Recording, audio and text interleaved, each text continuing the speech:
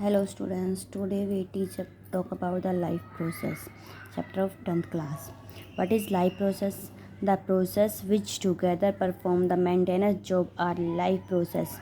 जो हमारी पूरे दिन की डेली रूटीन होती है उसको हम जो मेंटेन करते हैं वो हमारी क्या है, लाइफ प्रोसेस होती है, जिसके लिए हमें क्या होती है, एनर्जी की ज़रूरत होती है। जो हमारा होता है न्यूट्रिशन क्या होता है, the source of energy and material is the food wheat. जो भी हम फूड खाते हैं एनर्जी के लिए वो हमारा क्या होता है, न्यूट्रिशन होता है। Energy is need to grow develop synthesis of protein and other substance need in the body. जो एनर्जी होती है वो हमारी ग्रोथ के लिए, डेवलपमेंट के लिए, हमारे प्रोटीन के सिंथेसिस के लिए, जो और अदर सब्सटेंस है जिसको हमारी बॉडी को ज़रूरत है उन सब की ग्रोथ के लिए इम्पोर्टेंट होती है। Energy is needed to maintain a state of order. और ये क्या करती है, जो हमारी बॉडी की स्टेट है उसको मेंटेन रखने में हेल्प करती है। How do living things get their food? Some organism use simple food material obtained from inorganic source in the form of carbon dioxide and water. These are autotrophs. कुछ organism होते हैं जो simply क्या करते हैं, जो कार्बन और water है उसकी हेल्प से अपना फूड बनाते हैं, जिनको हम क्या बोलते हैं, ऑटोट्रॉफ्स बोलते हैं। हमारे क्या होता है, ग्रीन प्लांट हो गए, सम बैक्टीरिया हो गई। सेकंड होता है हमारा हिट्रोट्रॉप्स। हिट्रोट्रॉप्स क्या होते हैं, डिपेंड डायरेक्टली और इनडायरेक्टली ऑन द ऑटोट्रॉप्स। क्या है, जो हिट्रोट्रॉप्स होते हैं वो अपना फूड खुद नहीं बनाते हैं, वो डायरेक्टली और इनडायरेक्टली ऑटोट्रॉप्स के ऊपर डिपेंड होते हैं। इसके अंदर हमारा हो गया एनिमल, हो गया फंजाई हो गई। This organism use biocatalyst and called enzyme. जो हमारे हिट्रोट्रॉप्स होते हैं उनके अंदर क्या होता है कि जो हमारे कुछ बायोकैटालिस्ट प्रेजेंट होते हैं जिनको हम क्या बोलते हैं, एंजाइम बोलते हैं। फिर हमारा आता है ऑटोट्रॉफिक न्यूट्रिशन। ऑटोट्रॉफिक न्यूट्रिशन में क्या होता है, कार्बन और एनर्जी की जो रिक्वायरमेंट होती है वो ऑटोट्रॉफ जो ऑर्गेनिज्म होते हैं वो क्या करते हैं, फोटोसिंथेसिस के थ्रू अपना रिक्वायरमेंट फुलफिल कर लेते हैं। जैसे हमारे प्लांट्स हैं, फोटोसिंथेसिस करके अपने क्या करेंगे, फूड को बनाते हैं। फोटोसिंथेसिस क्या होती है, एक प्रोसेस होती है, process by which autotrophs take in substance from outside and convert it into stored form of energy. क्या करेंगे, बाहर से की सब्सटेंस लेते हैं, उसको कन्वर्ट करते हैं और जो हमारी स्टोर एनर्जी की फॉर्म है उसके अंदर चेंज करते हैं। जो कार्बोहाइड्रेट है वो क्या करेगा, यूटिलाइज करेगा उस एनर्जी और प्लांट को। कार्बोहाइड्रेट्स किसकी फॉर्म में स्टोर रखा हुआ, प्लांट्स के अंदर स्टार्च की फॉर्म में। फिर हमारी आती है रिएक्शन फोटोसिंथेसिस की। वो क्या होती है, 6CO2 + 6H2 in the presence of chlorophyll and sunlight. किस में चेंज होगा, ग्लूकोज + 6O2 + 6H2O में। फिर हमारी होती है कि मतलब कौन कौन सी इवेंट्स होती हैं जो हमारी फोटोसिंथेसिस के ड्यूरेशन में होती हैं। सबसे पहले क्या होगा, absorption of light energy by chlorophyll. Chlorophyll क्या करेगा, सनलाइट से एनर्जी को ऑब्जॉर्व करेगा। फिर conversion of light energy to a chemical energy and splitting of water molecule into hydrogen and oxygen. वो क्या करेगा, जो एनर्जी हमारा लाइट एनर्जी ली है उस एनर्जी को, लाइट एनर्जी को केमिकल एनर्जी के अंदर चेंज करता है। और जो हमारा वाटर मॉलिक्यूल है उसको हमारे वाटर मॉलिक्यूल को तोड़ेगा। जो हमारा वाटर मॉलिक्यूल है उसको ऑक्सीजन में और हाइड्रोजन के अंदर डिवाइड कर देगा। Reduction of carbon dioxide to carbohydrate. और जो हमारे कार्बन डाइऑक्साइड है उससे हमारा क्या बन जाएंगे, कार्बोहाइड्रेट हमारी ग्लूकोज बन जाती है। अब हमने पीछे इसमें देखा था कि जो हमारा क्लोरोप्लास्ट होता है, तो क्लोरोप्लास्ट क्या है, ग्रीन डॉट प्रेजेंट होते हैं लीफ के अंदर, जिनके अंदर हमारा क्लोरोफिल प्रेजेंट होता है। और जो क्लोरोफिल है वो हमारे क्या एसेंशियल है हमारे फोटोसिंथेसिस के लिए। फिर आते हैं स्टोमेटा। ये हमारी स्ट्रक्चर है स्टोमेटा की। ये हमारे ओपन स्टोमेटा है, ये हमारी गॉड सेल्स होगी, ठीक है। ये हमारे बीच में स्टोमेटा हो गई। ये छोटे छोटे जो डॉट्स दिखाई दे रही है हमारे क्लोरोप्लास्ट, ठीक है। फिर ये हमारे tiny pores are present on the surface of leaves. छोटे छोटे पोर्स प्रेजेंट होते हैं हमारी लीव्स की, प्लांट्स की लीव्स के ऊपर, ठीक है। Gases sections take place in the leaves through the stomata for photosynthesis. Photosynthesis के ड्यूरेशन में जो हमारी गैस का एक्सचेंज होता है वो किसके थ्रू होता है, हमारे स्टोमेटा के थ्रू होता है। Gases exchange occur across the surface of stem, root and leaves as well. मतलब फोटोसिंथेसिस के थ्रू हमारे स्टोमेटा के से तो होता ही होता है, लेकिन जो हमारा गैसियस एक्सचेंज है वो हमारे स्टेम भी कर सकते हैं, रूट भी करते हैं और लीव्स भी करते हैं। Water can loss through the stomata. और वाटर का जो लॉस है वो हमारे स्टोमेटा के थ्रू ही होता है। Opening and closing of the pore is function of guard cell. जो हमारी ये बाहरी जो सेल्स प्रेजेंट होती हैं इनके थ्रू हमारा क्या होता है कि स्टोमेटा ओपन होंगे और कब क्लोज होंगे, सारे कंट्रोल हमारा कौन करेगा, हमारी गार्ड सेल्स करेंगी। Guard cells swell when water flow into them. बाहर क्या होती है, गार्ड सेल क्या हो जाएंगी, फूल जाएंगी जब पानी इनके अंदर आएगा और हमारे क्या कर देंगी, ओपनिंग कर देती हैं स्टोमेटा की। Guard cells shrink when pore close, जब पोर्स बंद होंगे तो हमारे गार्ड सेल क्या कर जाएंगी, श्रिंक कर जाएंगी। Plant close this pores when no need of CO2, और जब CO2 की कोई भी रिक्वायरमेंट नहीं होती है तो ये हमारे पोर्स क्या हो जाते हैं, बंद हो जाते हैं। Other material like nitrogen, phosphorus, iron and magnesium are taken up from the soil. जो हमारे अदर मटेरियल हैं लाइक नाइट्रोजन हो गया, फॉस्फोरस हो गया, ये सभी भी हमारे प्लांट्स की रिक्वायरमेंट होती है। जो नाइट्रोजन है वो एक एसेंशियल एलिमेंट है हमारे सिंथेसिस ऑफ प्रोटीन के लिए। फिर आता है हमारा heterotrophic nutrition. Some organism break down the food material outside the body and then absorb. कुछ जो हमारे एनिमल ऑर्गेनिज्म होते हैं वो क्या करते हैं, अपनी बॉडी से बाहर उसको फूड मटेरियल को डिवाइड करते हैं और उसको बाद में क्या करते हैं, अब्जॉर्व करते हैं। जैसे हमारी फंजाई होगी, ब्रेड मोल्ड्स हो गए, ईस्ट होगी एंड मशरूम्स हो गए। Some organism derive nutrition from plant और एनिमल विदाउट किलिंग दैम। और कुछ ऑर्गेनिज्म ऐसे होते हैं वो प्लांट और एनिमल से अपना फूड लेते हैं विदाउट उनको किल किए।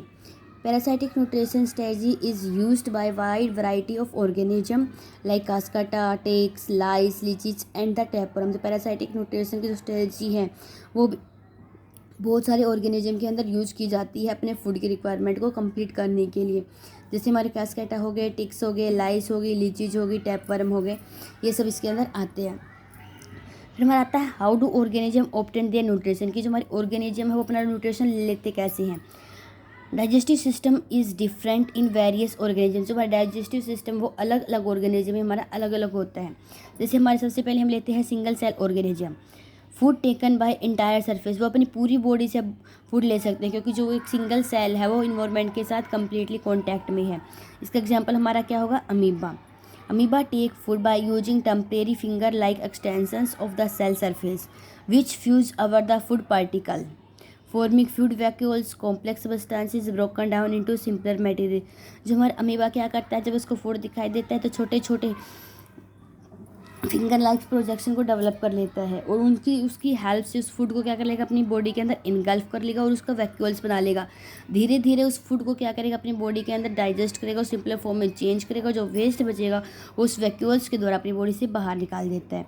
Undigested food is move to the surface of the cell and thrown out. जो हमारा अनडाइजेस्टेड फूड होगा अमीबा के अंदर वो क्या करेगा, बॉडी के थ्रू उसको बाहर की तरफ निकाल देगा। फिर हमारा आता है पैरामीशियम। पैरामीशियम भी क्या एक यूनिसेलुलर ऑर्गेनिज्म है। इसकी क्या होती है, सेल होती है, उसकी डेफिनाइट शेप होती है। फिर क्या करेगा, food is taken at a specific spot. अगर उसकी डेफिनाइट शेप है तो वो एक स्पेसिफिक स्पॉट से ही फूड को अपनी बॉडी के अंदर इंटर करवा सकता है। तो फूड क्या करेगा, food is move to the spot by movement of cilia की हेल्प से उस स्पॉट के थ्रू फूड उसकी बॉडी के अंदर जाएगा which cover entire surface of the cell, और वो पूरी बॉडी का जो सरफेस है उसको कवर कर। जैसे हमने पीछे अमीबा का देखा था, तो अमीबा में जैसे हमारे न्यूक्लियस हो गया, बाहर इसको फूड दिखाई दिया तो इसने क्या किया, सुडोपोडिया को डेवलप किया, एक वैक्यूल से फूड वैक्यूल बनाया, इसको अंदर ले लिया, डाइजेस्ट करेगा और फिर इसको बाहर निकाल देगा। अब आता है हमारा ह्यूमन का डाइजेस्टिव सिस्टम। सबसे पहले हमारी यहाँ पे क्या होती है, टंग होती है, ये हमारी बकल कैविटी होगी, इससे हमारी एक ट्यूब निकल की हुई आती है, उसको हम बोलते हैं ओसोफेगस। फिर ये हमारा क्या होता है, ओसोफेगस के बाद जो हमारी ओसोफेगस है वो हमारे स्टमक के अंदर ओपन होती है। फिर हमारा जो स्टमक है वो हमारे स्मॉल इंटेस्टाइन में ओपन होगा। ये एक बहुत ज़्यादा कोई स्ट्रक्चर होती है और लार्जेस्ट ऑर्गन होता है डाइजेस्टिव सिस्टम का। और जो हमारे स्मॉल इंटेस्टाइन है फिर वो हमारी किसमें, लार्ज इंटेस्टाइन में ओपन होगी।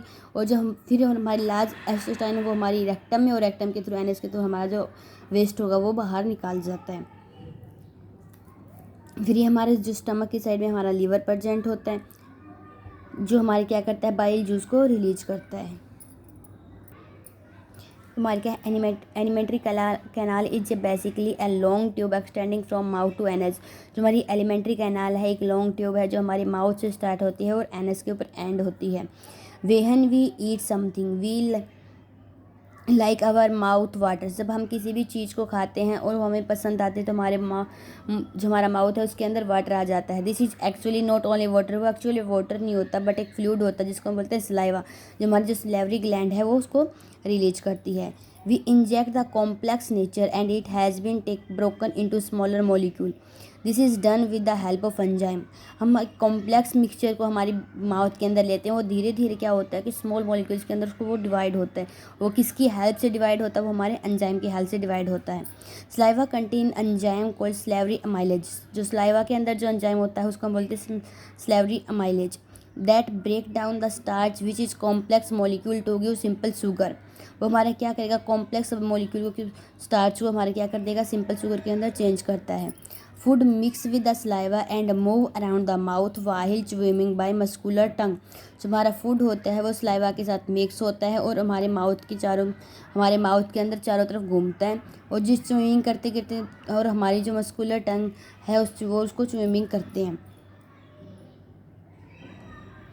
The lining of the canal has muscles that contract rhythmically in order to pull forward। और जो हमारी एलिमेंट्री कैनाल के अंदर जो हमारी ओसोफेगस है या फिर लाइनिंग है वो हमारी मसल्स की बनी होती है, जो हमारी अरिथमेटिकली मूवमेंट उस कॉन्टैक्ट होती रहती है, जो हमारे क्या करता है, जो फूड है उसको आगे की तरफ पुश करती है। This peristaltic movement occur all along the gut. ये पूरी हमारे ओसोफेगस के अंदर मूवमेंट चलती रहती है।